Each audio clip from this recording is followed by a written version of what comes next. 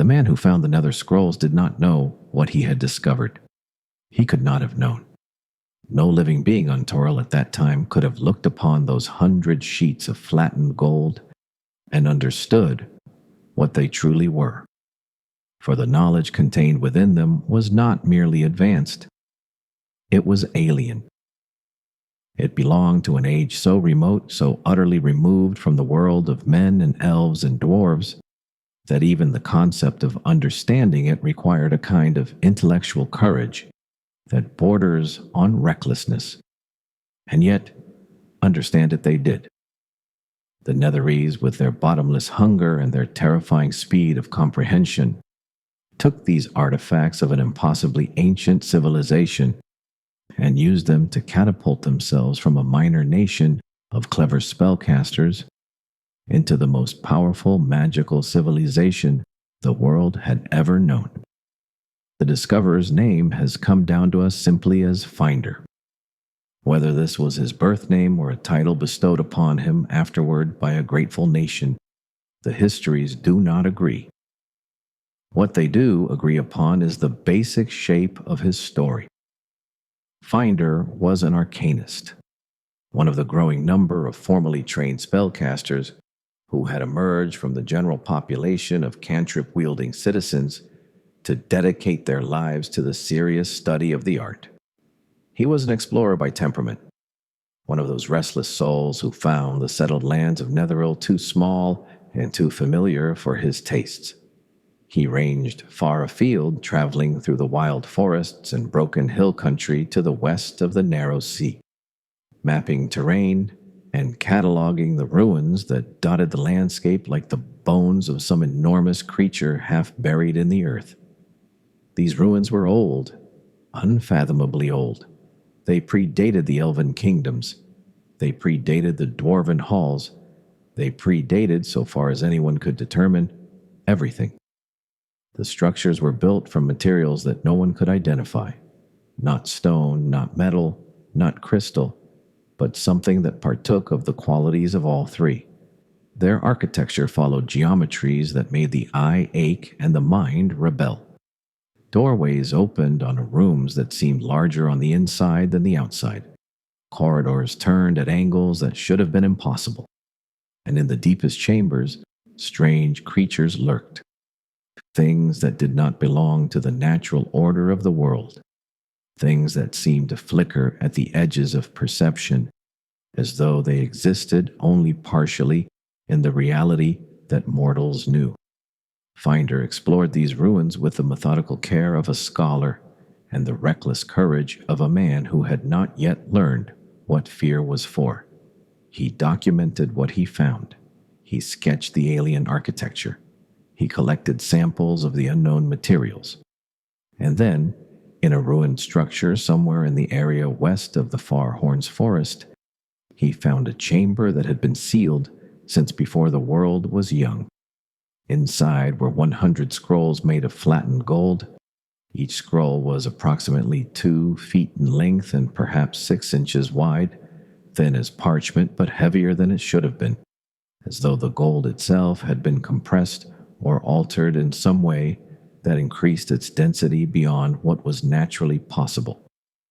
The surfaces of the scrolls were covered in inscriptions, dense, intricate, mind-numbingly complex patterns of symbols that bore no resemblance to any writing system Finder had ever encountered. The symbols seemed to shift and rearrange themselves as he looked at them, as though the scrolls were aware of his gaze and were adjusting their content to match his comprehension. Or perhaps his eyes were simply struggling to make sense of notation, so advanced that his brain could only process fragments of it at a time, filling in the gaps with motion that was not really there. Finder bore these artifacts back to Netheril.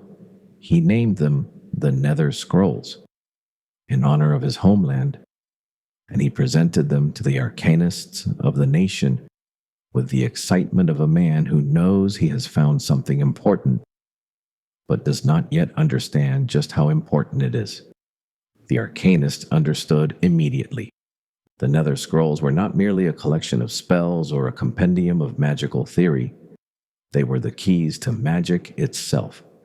Each scroll contained knowledge of such depth and sophistication that a single one could occupy an arcanist study for a lifetime without being fully comprehended.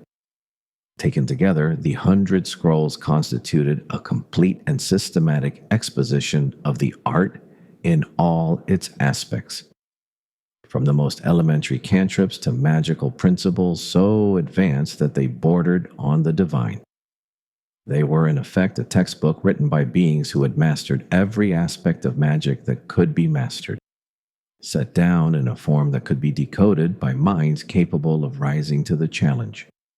The scrolls were divided, the later scholars would determine, into 5 great sections. The first was the Arcanus, which dealt with the fundamental nature of magical energy, what it was, where it came from, how it flowed through the weave, and how it could be gathered, shaped, and directed.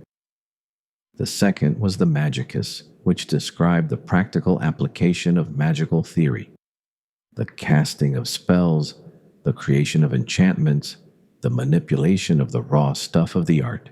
The third was the Planus, which mapped the planes of existence, the inner planes, the outer planes, the transitive planes, the demi-planes, and the stranger realms that lay between and beyond them.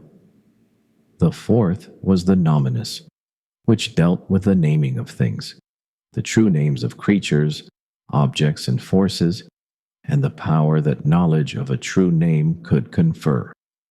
And the fifth was the Ars Factum, which described the creation of magical items, from the simplest enchanted trinket to artifacts of world-shaping power. The impact of the Nether Scrolls on Netherese society was immediate, profound, and irreversible.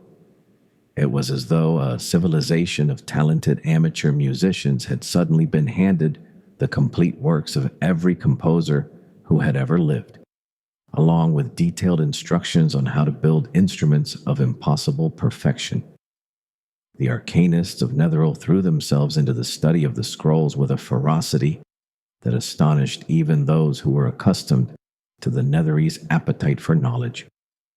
Laboratories that had been adequate for years were suddenly too small, too limited, too poorly equipped.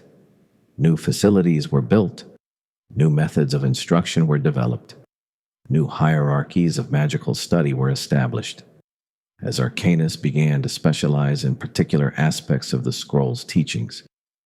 The era that followed the discovery of the Nether Scrolls came to be known fittingly as the Nether Age, and if the previous centuries of Netherese history had been characterized by steady, methodical growth, the Nether Age was characterized by explosion. Magical research did not merely advance, it detonated. Spells that had been considered impossible were now routine. Enchantments that would have taken a master arcanist years to complete could now be accomplished in days. The entire framework of magical understanding was rebuilt from the ground up, and the new framework was orders of magnitude more powerful than the old. It was during the Nether Age that one of the great figures of early Netherese history emerged. His name was Congenio Ioun, and he was the first arcanist to achieve what later generations would call true mastery of the art. Born in the early centuries of the Nether Age, Ioun was a prodigy even by Netherese standards. A mind of such extraordinary capability that his teachers struggled to keep pace with him. He absorbed the teachings of the Nether Scrolls with the speed and thoroughness of a sponge dropped into the narrow sea, and he began producing original magical work of startling quality, while still, by elven reckoning, barely out of childhood.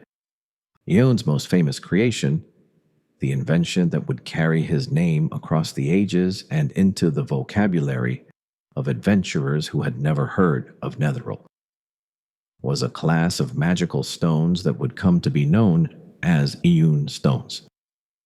These were small, carefully cut gemstones that had been enchanted using principles derived from the Nether Scrolls to orbit their owner's head, each one conferring a different magical benefit. A pale blue stone might enhance the wearer's physical strength. A dusty rose stone might deflect attacks.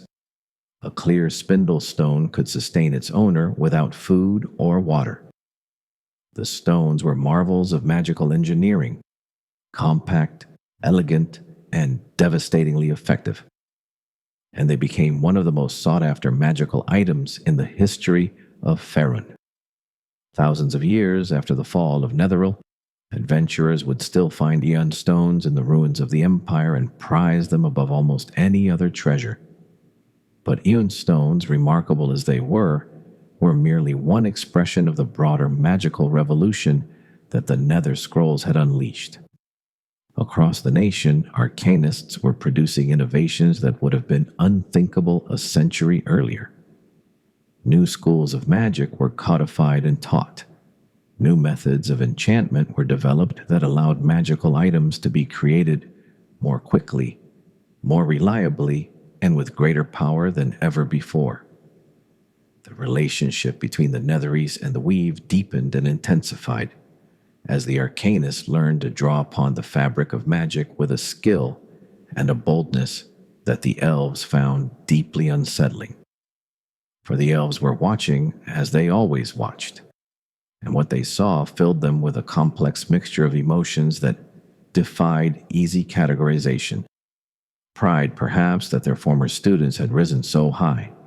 Envy, possibly, that the humans were making discoveries in decades that the fair folk had not managed in millennia.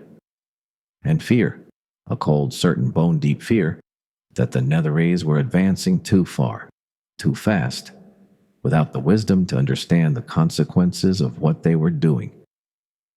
The elves of Cormanther in particular grew alarmed enough to take direct action. A group of Cormantherian elves, aided by a lone rock gnome named Rilmux Shakwasir, managed to steal one of the 2 complete sets of the Nether Scrolls from a Netherese repository. The theft was a remarkable feat of infiltration and guile. The Netherese defenses were formidable, and the scrolls were among the most heavily guarded objects in the nation. But the elves and their gnomish ally were motivated by something stronger than greed. They believed, sincerely and with good reason, that the Nether Scrolls in human hands posed an existential threat to the balance of the world. The story of the theft contains one of those small, telling details that illuminate the nature of the Nether Scrolls better than any scholarly analysis. When Rilmux Shakwesser, the gnomish thief, took a single quick glance at one of the scrolls during the heist, not a careful study, not a prolonged examination, but a brief passing look as he was bundling the scrolls for transport, the entirety of the illusion school of magic was bestowed upon his mind. In an instant, one glance at one scroll and a gnome who had never cast a spell in his life suddenly possessed complete mastery of an entire school of arcane magic. That was the power contained in the Nether Scrolls. That was what the Netherese had been studying and absorbing and building upon for generations. The theft was a blow to Netherese pride, but it did not significantly impede their progress. They still possessed the other complete set of scrolls, and by this time the knowledge contained in them had been so thoroughly disseminated throughout the arcanist community that losing the physical objects, while painful, was not catastrophic. The magical revolution continued unabated, and as the Nether Age matured, the Netherese began to turn their attention to a question that would define the next phase of their civilization's history. They had mastered the creation of magical items. They had mastered the casting of spells of extraordinary power.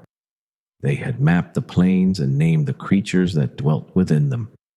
But all of this was still limited by a fundamental constraint: the arcanists themselves.